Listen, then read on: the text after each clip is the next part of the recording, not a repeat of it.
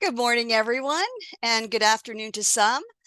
I am Karen Berger, and I'd like to welcome you to CASAS National News and Updates webinar. Today is October 11th, and we are ready to begin. We have a great lineup for you.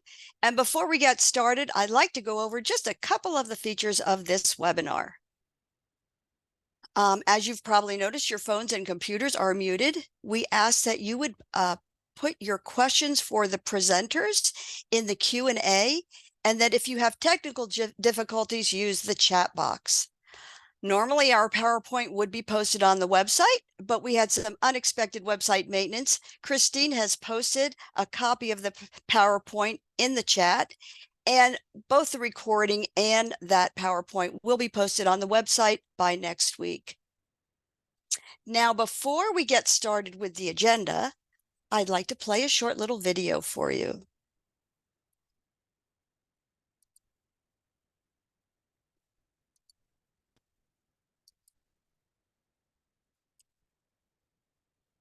The CASAS team is on the move. CASAS is participating in adult education and workforce development conferences across the country. We value the opportunity to meet our partners and get to know you better. This helps us learn how we can best support you and, well, just have some fun. We are inspired by your dedication and ingenuity as you continue to remove barriers and change lives for some of the most in need in your communities. We will continue to be in your communities and participate in webinars to help provide you with the most up-to-date information. From our new assessments, the reading and listening steps and math goals 2, to time-saving TOPS Pro enterprise tools, such as the student and teacher portals, we are here to help you assess, learn, and achieve. If you'd like more information about CASAS, you can always find us at info@casas.org. Hi, everybody. My name is Laura Fetter. Thanks for joining us today.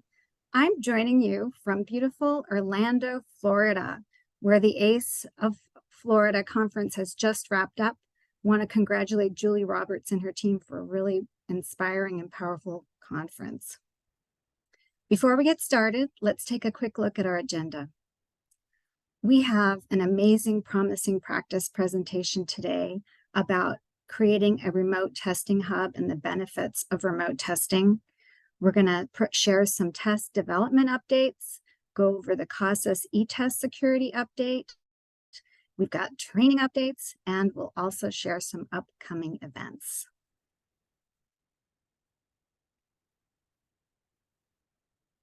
So before we get started with our promising practice, we're going to take a little poll. So the question is, are you currently using remote testing at your program? Your options are yes, no, not sure, or what is remote testing?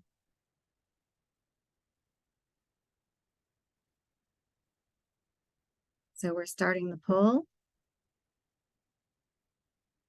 We have a lot of yeses, a lot of nos, so it's pretty clear to folks whether they have it or not. Wow, it's very evenly split. So let's just give it a little bit more time. And I think we've pretty much captured the information from the group. So I'm going to end the poll and share the results so everyone can see them.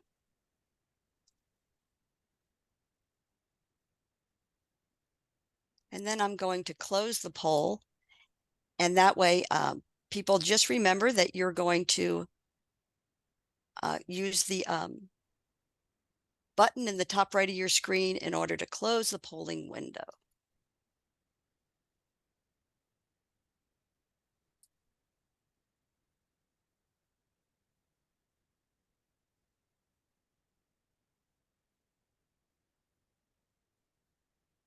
Do we have the results of the poll, Karen?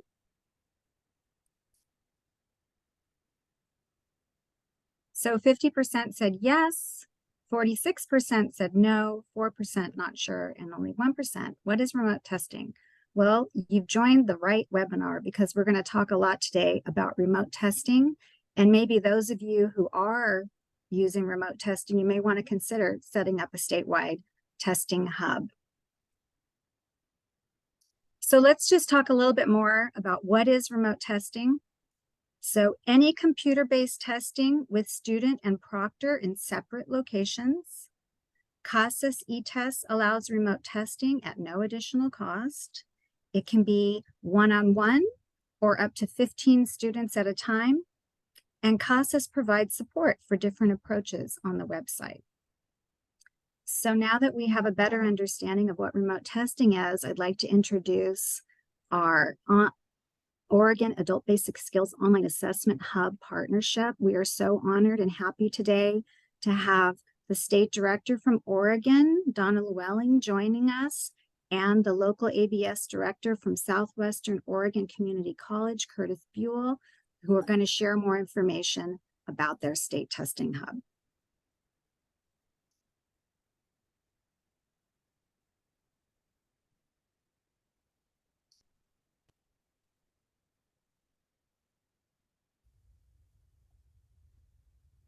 Thanks for joining us for Oregon's presentation on our online assessment hub partnership. I'm Donna Llewellyn, and I'm the state director of Oregon's Adult Basic Skills programs. And I am Curtis Buell, and I am the director of adult and pre-college education at Southwestern Oregon Community College. Great. Let's talk a little bit about Oregon itself. We are the 9th largest state and the 27th largest populous state. Our economy includes people and companies such as Nike World Headquarters. We also have Intel and other computer chip manufacturers. We also enjoy a robust economy in agriculture and food, including wine, beer, cheese, and cattle.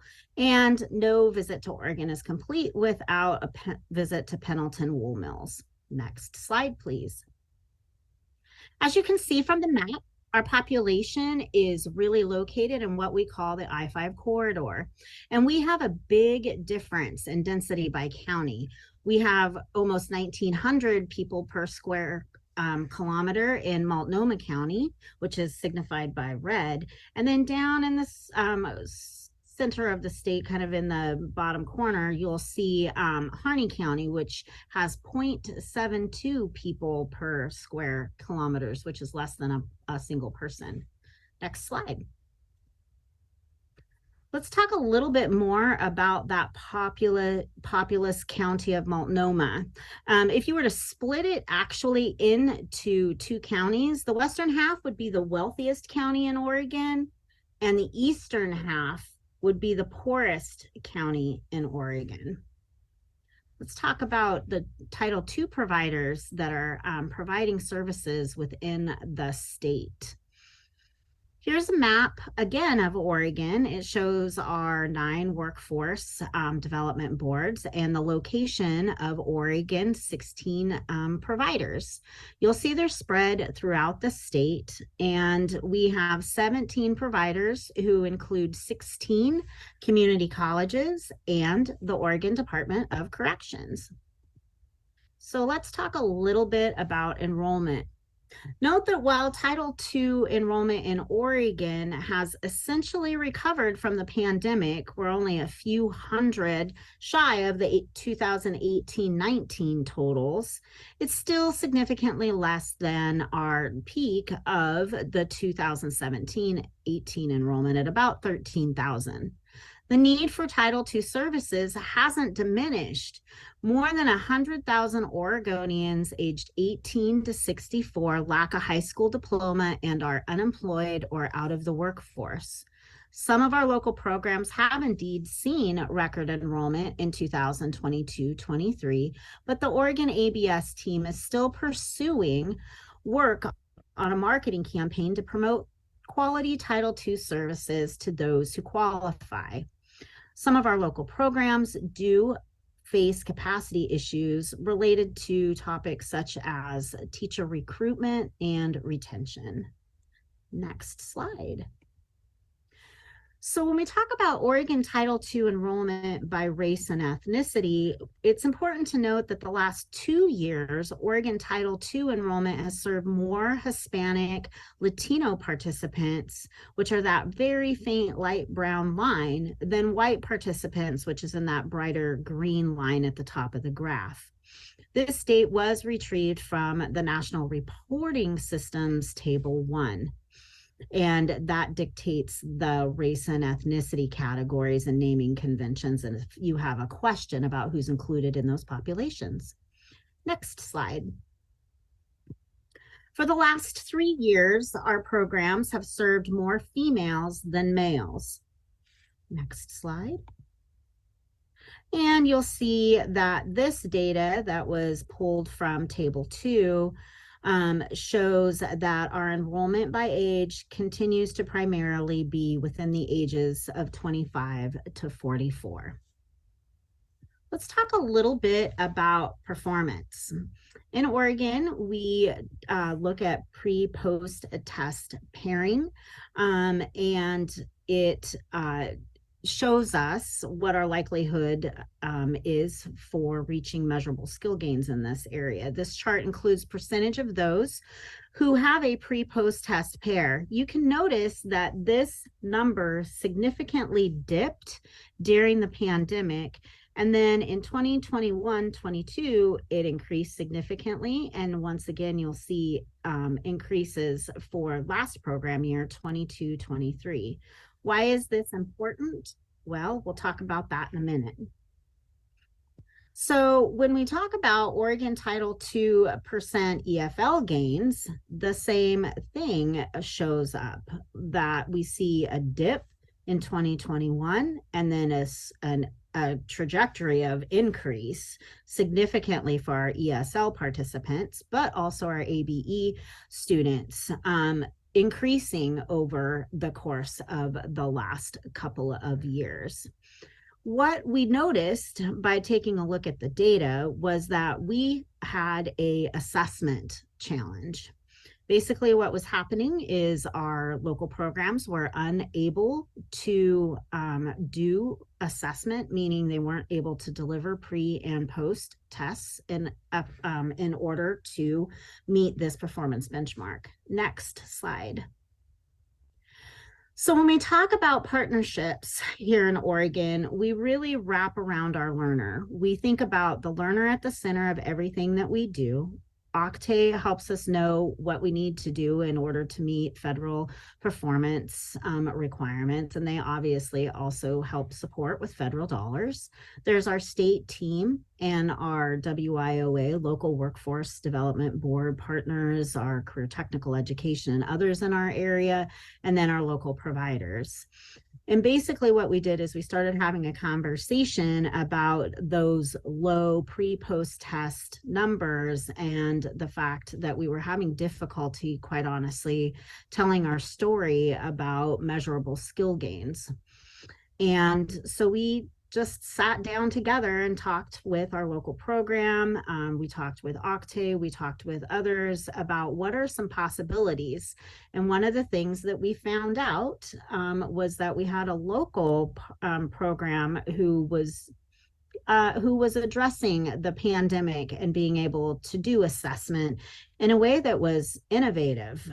And you'll learn more about that in a little bit. Next slide.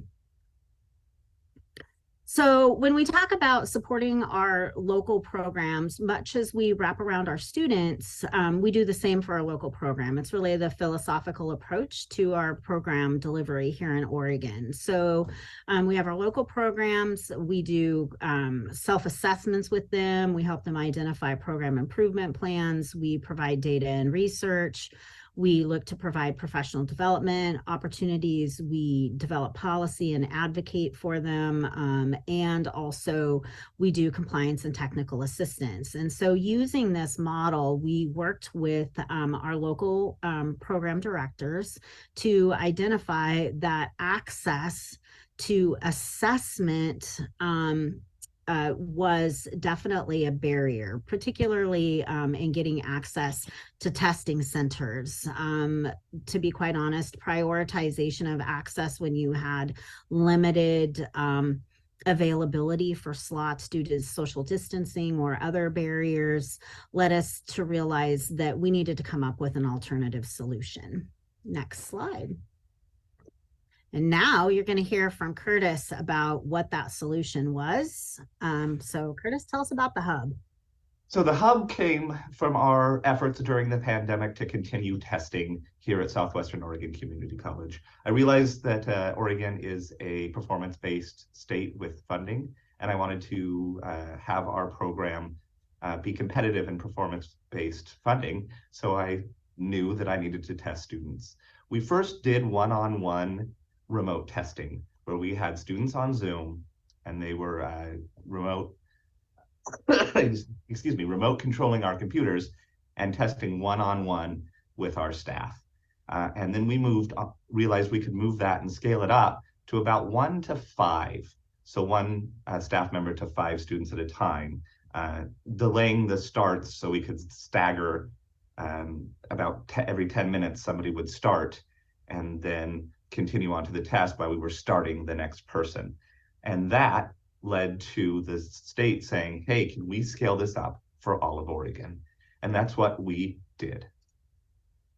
We have 5 remote testing stations available for all the Title II providers in Oregon at any time. There's 2 part-time proctors. One works the morning to early afternoon, and one works the evenings. If you see our testing session availability, you'll see that we're open from 9 to 7:30, 8:30, depending on the day, with a little break in the middle. And that is to increase access for students so that they can have testing availability when their schedule allows. Each proctor will have up to 5 testing sessions running at all times. Sometimes they will have 2. Sometimes they'll have all 5. It just depends on the schedule. Sessions were set up both morning and early afternoon and evening, again, so that students had options and were available. And this is now bringing the test to the students instead of bringing the student to the test. And that allowed for greater flexibility for both programs and students. The key here is the hub is only for proctoring the exams. So if you look in CASAS's recommendations for remote testing, Part A, the preparation for remote testing activities, is the responsibility of the local program. They have to have their students ready for the test before they are signed up for a test. They're going to tell them what they need to do, make sure their equipment works, and then they're going to go and sign up for a test. Students are going to sign up for an appointment through youcanbook.me. Our website is oregoncasas.youcanbook.me. And when you go there, you'll see exactly what you're seeing on the screen. Oregon Remote CASAS testing, and then you pick the test you want. Goals reading, goals math, ESL reading, or ELA math. And we added the ABE GED only and the ESL ELA only as we learned that we needed a little more language for people to make sure they were picking the correct test. And we're also having the local programs help them schedule the tests so that they are scheduling into the correct tests. The great thing about You Can Book Me and why we use it, not that this is a commercial for You Can Book Me, but they send a immediate appointment confirmation with a Zoom link for that appointment right after that appointment is made. And also an hour before, they send a reminder with that Zoom link, which I find very helpful. How many times have we sent a Zoom link to a student and they a week ahead and they call us right before the Zoom and say, I can't find the link. So that extra notification an hour before has saved us a lot of time and headache. What's really interesting, we have a snapshot of Q2 of last year of what the percentage of the testing slots were. So in October, the testing slots, 66% of the morning testing slots were used, and 81% of the evening testing slots are used. And it turns out evening tends to be more used.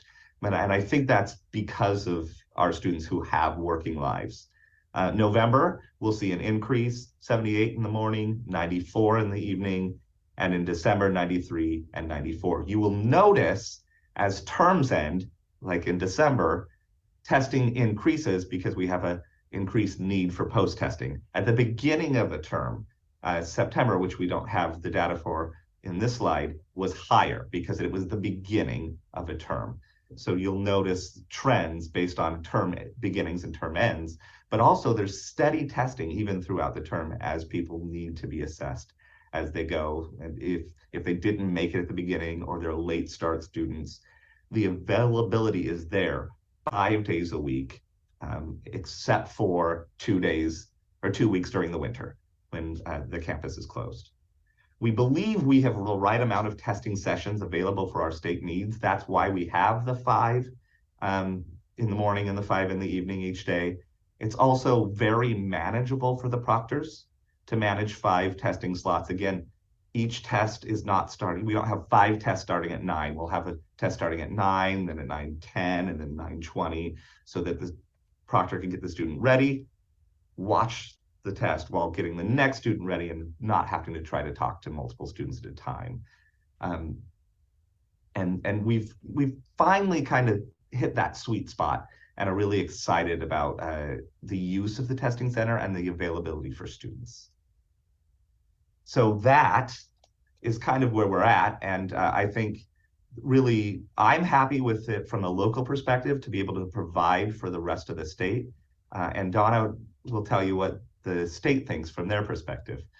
Yeah, for me, what was wonderful was being able to allow the flexibility for some innovation at the local level, and then recognizing that that innovation could actually be scaled somewhat easily to other locations where infrastructure may be a challenge, or access, quite honestly, based upon size of program, etc. So this was just one of those opportunities where it just made sense. We had a statewide performance challenge, and we had a solution in our own backyard. And the openness of Curtis's program, and quite honestly, the other programs in the state to trust this partnership has been phenomenal. The other thing is that the other institutions or the other providers who are accessing this have a responsibility to get their students ready for success, to sit for these proctored exams. So the assessment is being delivered by Curtis's program, but all of the preparation, instruction, all of that piece that goes to getting our students ready to sit for this online assessment is with the local program. And so as such, they receive the performance benchmark check in relationship to any educational functioning level increase that they achieve. And each program wants to talk about the CASAS results differently. So the proctors are trained that if the students ask, what does this score mean? To say, that's a great question. We want you to call your local program or email them and ask that question, and they will let you know what that means for you in their program. And that way, each program still has that control over what they're telling to each student. Yep. And it's amazing to see the state data just post-test percentage skyrocket since we've done this. Yeah, it's very clear that this particular intervention had a very positive impact on the outcomes associated with the pre-post-test pair percentage. And it was made possible also through partnership with CASAS. Obviously, we had to do some consulting with them to make sure we had all of the assessment requirements in place. And with that, I think we're happy to answer questions. Thank you so much.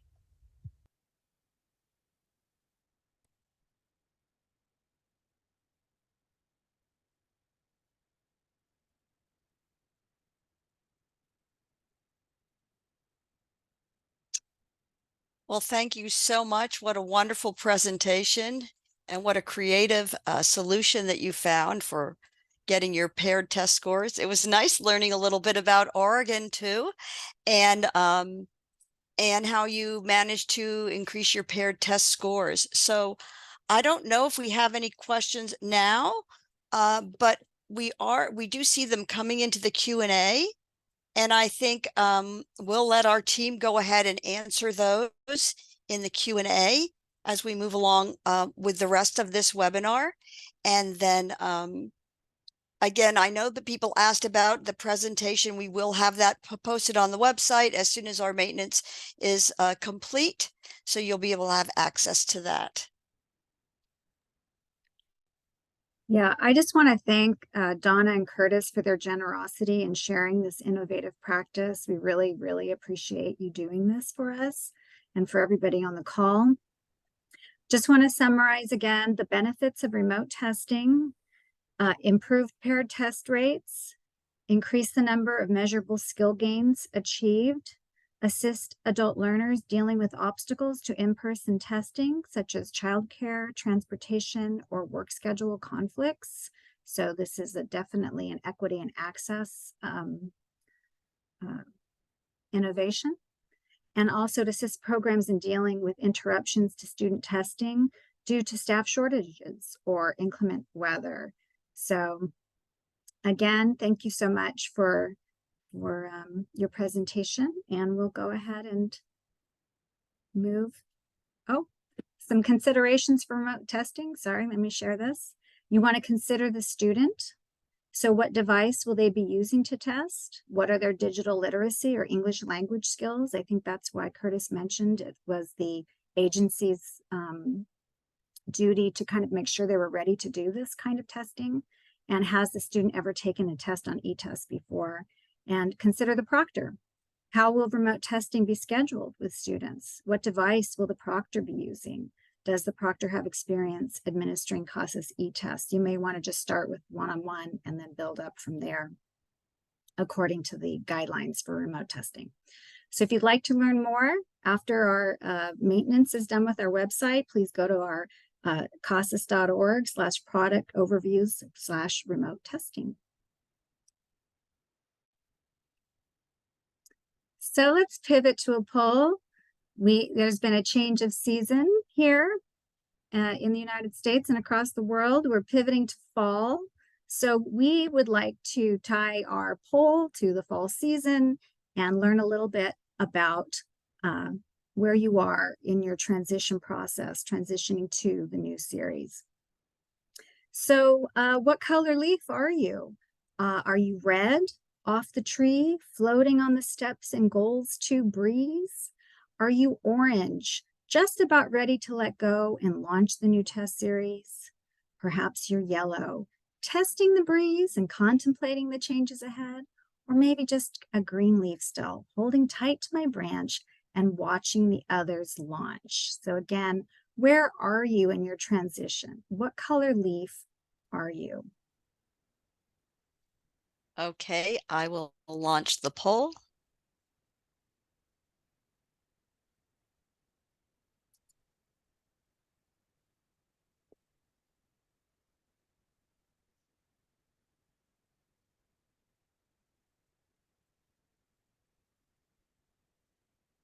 So we see a lot of folks already beginning their implementation of the new series. A small group of orange piloting just a class or a small group. And then we have some folks starting to pilot in January, and then green leaves waiting for July 1st. So I think we can go ahead and close the poll, but this is really helpful information for us. Thank you so much for participating in our fall poll activity. This helps us to understand kind of where people are as they're transitioning from the old CASAS series to the new and improved CASAS series. So I'm sharing the results there so everybody can see those percentages.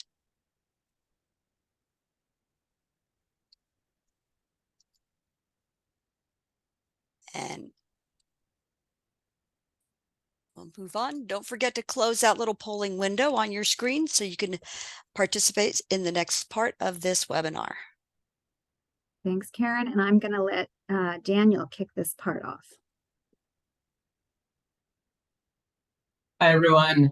Just going to go over our assessments and their approvals, just as a reminder to everyone. So on to our ESL assessments, our new reading steps and listening steps assessments are approved and they are ready for use when you are ready.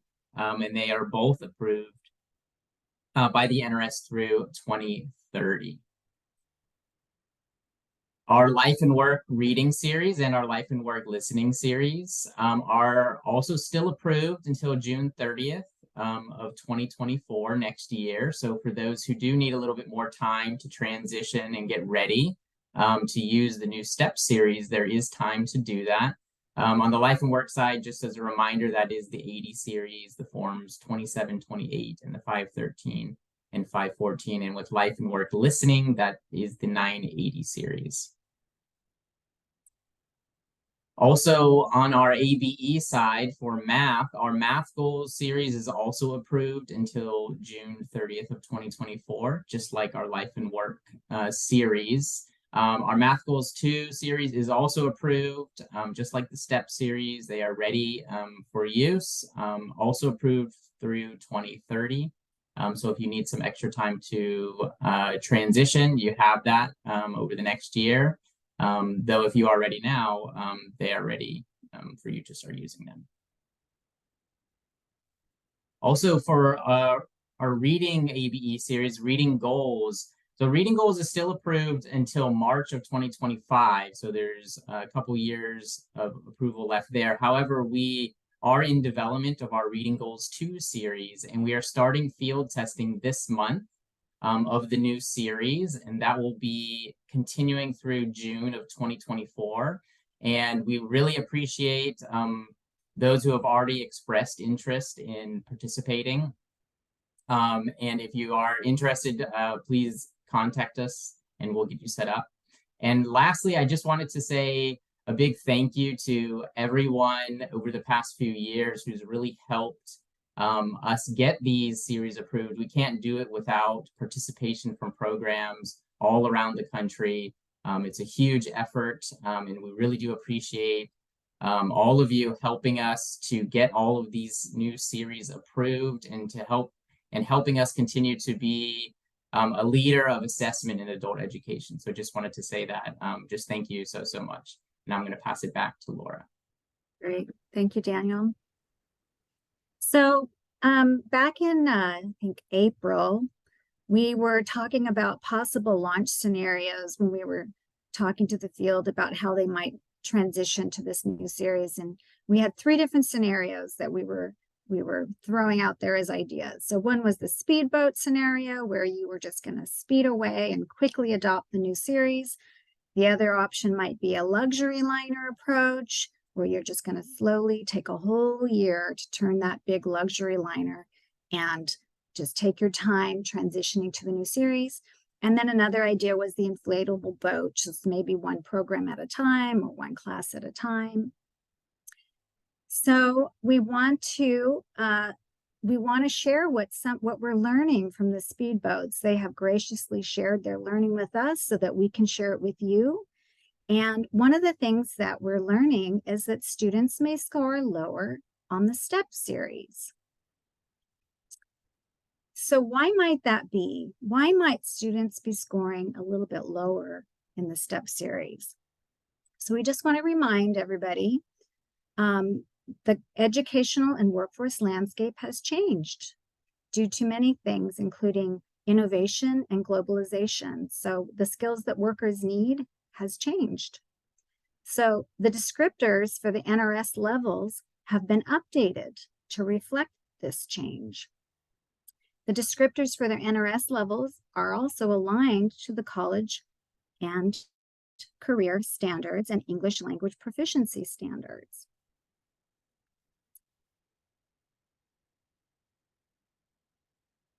This is why the new steps assessments are a little bit more rigorous.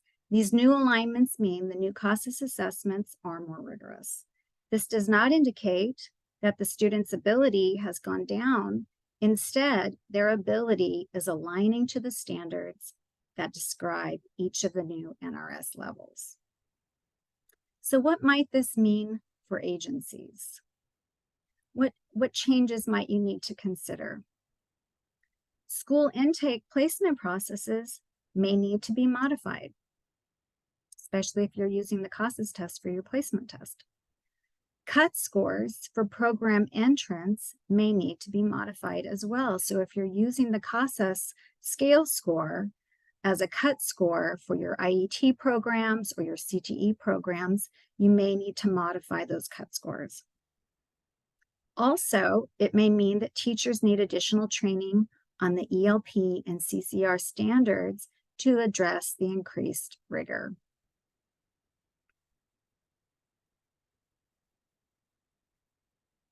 What other tips do the early adopters have to share? Well, they suggest that you start slowly and roll out the math goals too, because it's not based on a new or different set of standards. Schools have found that transition is going very, very smoothly. Don't forget to prep staff before the rollout and engage with the new reports because they're different. And this is why at every national webinar, we're talking about this. At every conference that we visit around the state, we're talking about this to help encourage folks to get this conversation started now. And take advantage of the documents on the CASAS webpage to familiar yourself with the changes. Daniel Esco and his awesome ITD team have created beautiful, beautiful blueprints, FAQs, NRS charts, etc. There's a lot of materials there to help you and help your teachers. And you may also want to print out the NRS level charts, just kind of as a reminder. And then we want to just add this little reminder as well about the conservative estimate scores. So CASAS strongly recommends, but does not require, that students who score in the conservative estimate range of a level A, B, C, or D test, diamond scores, be retested at the next highest level. Conservative estimate scores will yield a scale score and a reportable NRS level if retesting at a higher level does not occur. So if your state has a policy that you must retest them, obviously you would retest them, but just wanted to let everybody know that that is not CASAS's requirement. We recommend, but we do not require. And now I'm going to pass it back to Karen, who's going to share a CASAS eTest security update. Thanks, Laura.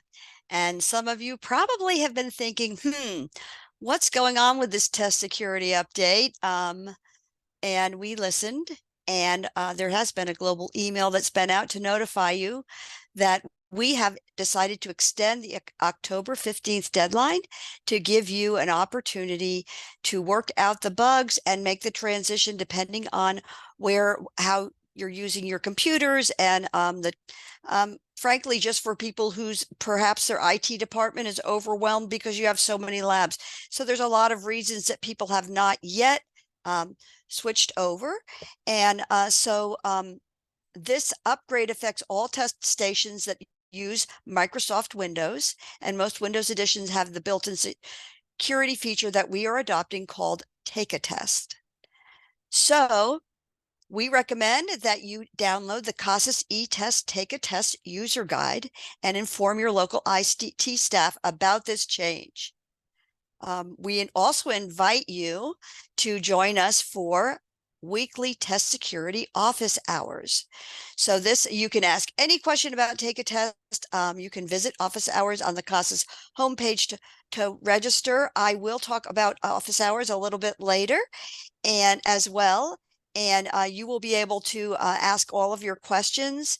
If you need advice or have other questions, you can always contact our tech support team. Also considering those doing remote testing on Windows devices, You're going to be able to continue to use the existing secure browser and until December 15th. And we are working on a couple of solutions that will be released before the deadline, so you can maintain remote testing and on-site testing if you're unable to switch to the Windows Take a Test option. So thanks again. And I'm going to turn it over now to Astrid to talk about our training updates.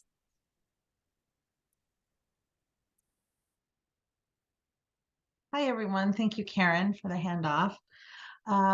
Just wanted to talk about a few training updates here. There's been so much change that with the new test series, the Take a Test rollout, but I'm here to tell you that one thing that has not changed is there's no new training required for the new test series. All your current certifications are still valid. You can go ahead and proctor the new test series. We are working on updating the existing modules with the new test series information, the new graphics, and that will be in the works and finished shortly. But we do have a sneak preview to show you. We are working on a supplemental module with information on the new test series, and that's in the works. And I'd love to share with you a quick sneak peek of that training. It looks a little different than our previous trainings. So take a look. Do you work in adult basic education or adult secondary education? If so, you are familiar with the CASAS Goals test series for math and reading.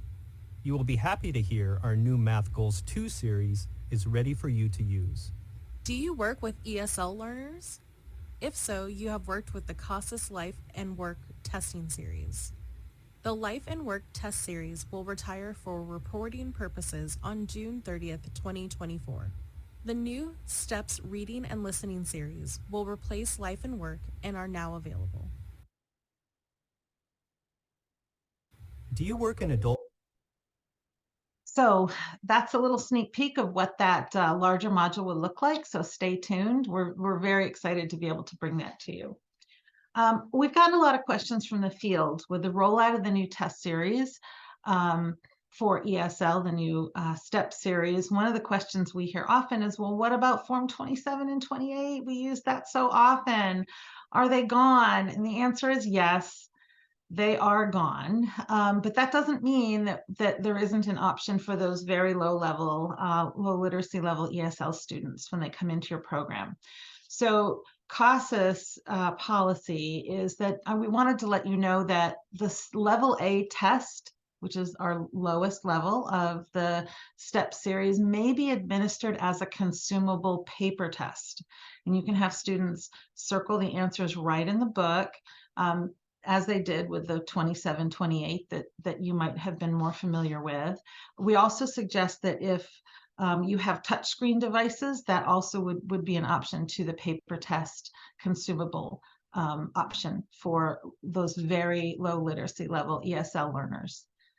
So more options to make that a little more approachable for your students. And another update that the training team wanted to share with you, that we've updated the intake screening guidelines for STEPS. So some of you may be familiar with this flow chart for performing an intake screening on those very low level ESL learners who come into your program. And really the big difference here is the yellow boxes at the right-hand side. We've pared that down to streamline it a bit. Students with great difficulty on the intake screening, scoring that 0 to 2 points on the reading screening, place them in a low level class, give them some instruction, and then assign them level A as a pre-test. If they don't have that much difficulty, 3 to 5, then you can go ahead and give them level A as a pre-test. Again, with that caveat that we do suggest using a touchscreen device or a paper test level A consumable as another option for those very low learners, should your program need that. Okay, With that, I'd like to turn it over back to Karen Berger, who's going to share with you some upcoming events. Go ahead, Karen. Thanks, Astrid. So, one of the things we want to remind you is to stay up to date on with your CASAS website login. Lots of different changes that take place, and sometimes people aren't aware of them because they don't have a CASAS login. We rely on those global emails to be able to notify a large number of people about updates. And we get that information from those people who have logged into our CASAS website within the last 2 years. So maybe you don't need to log in for training. You can access most of our materials, all of our materials, without logging in. But we suggest that you go in there and create an account. Click yes, I would like to receive emails. And then you will be notified whenever we have another secure browser update, or if we have a field testing update or a training update. And so if you already have a website login, you can just click on your name and then make sure that box is checked and submit it. So speaking of field testing, we are really excited that we are launching the field testing this month. We're setting up programs with testing sessions in eTests next week even. So this is for all levels of AB and ASE learners. It will be delivered on eTests immediately. Paper and pencil is going to be available in January, and remote testing is also appropriate for field testing. Students can take a locator or an appraisal and complete 1 or 2 level field tests. So students get gift cards if they only complete 1 field test. They will get a $15 gift card. However, if they will get a $40 gift card if they complete 2 field tests. And in the event that they complete 3, they would get a $60 gift card. When students use the appraisal testing session, that appraisal counts as a field test. Also, for our non-California funded programs, we provide 100 free complimentary web testing units for participating. We also have a couple of special studies going on. With our final form study, normally a student would take the 2 tests within a week of one another. But with the Learning Gains study, the student takes an appraisal or a locator plus a pretest, and then after they have received 70 to 100 hours of instructions, they take a post-test.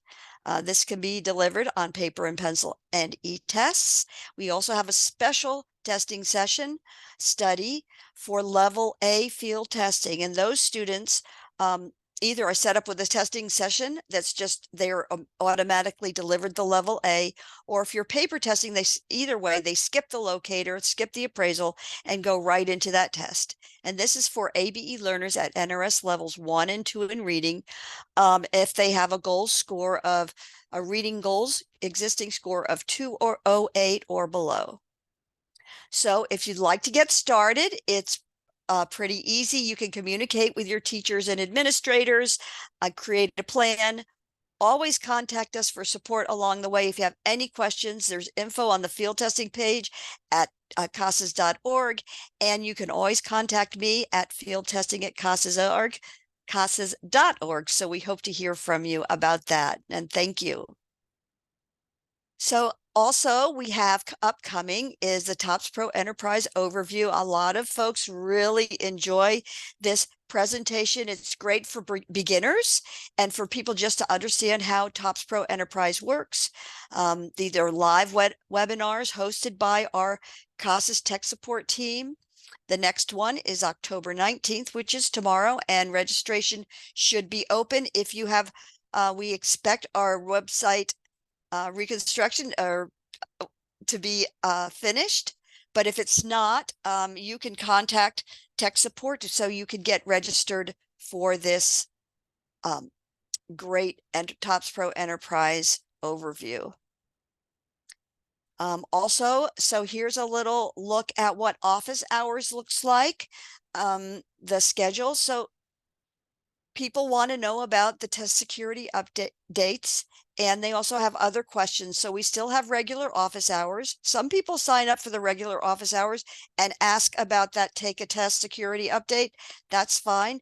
But we also have some dedicated sessions for test security. And those are listed on the right-hand side there. So when you go to that office hours webpage, you will see the registration for both of these. So we'd love to have you join us.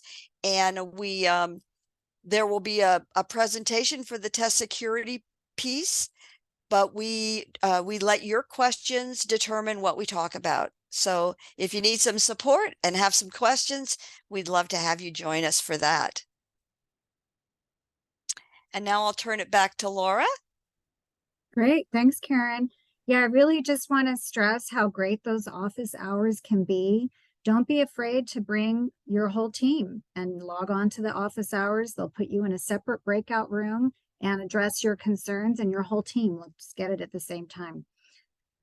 So we're wrapping up our National News and Updates webinar for October. The next time we're going to see you is during the holiday winter season, which will be on Wednesday, December 7th. I guess look for those registration links next week on our website once our little facelift is over. And also, I think we have some music we want to leave you with today as we talk about the fact that we are here for you. We want to support you. We are here to support you. And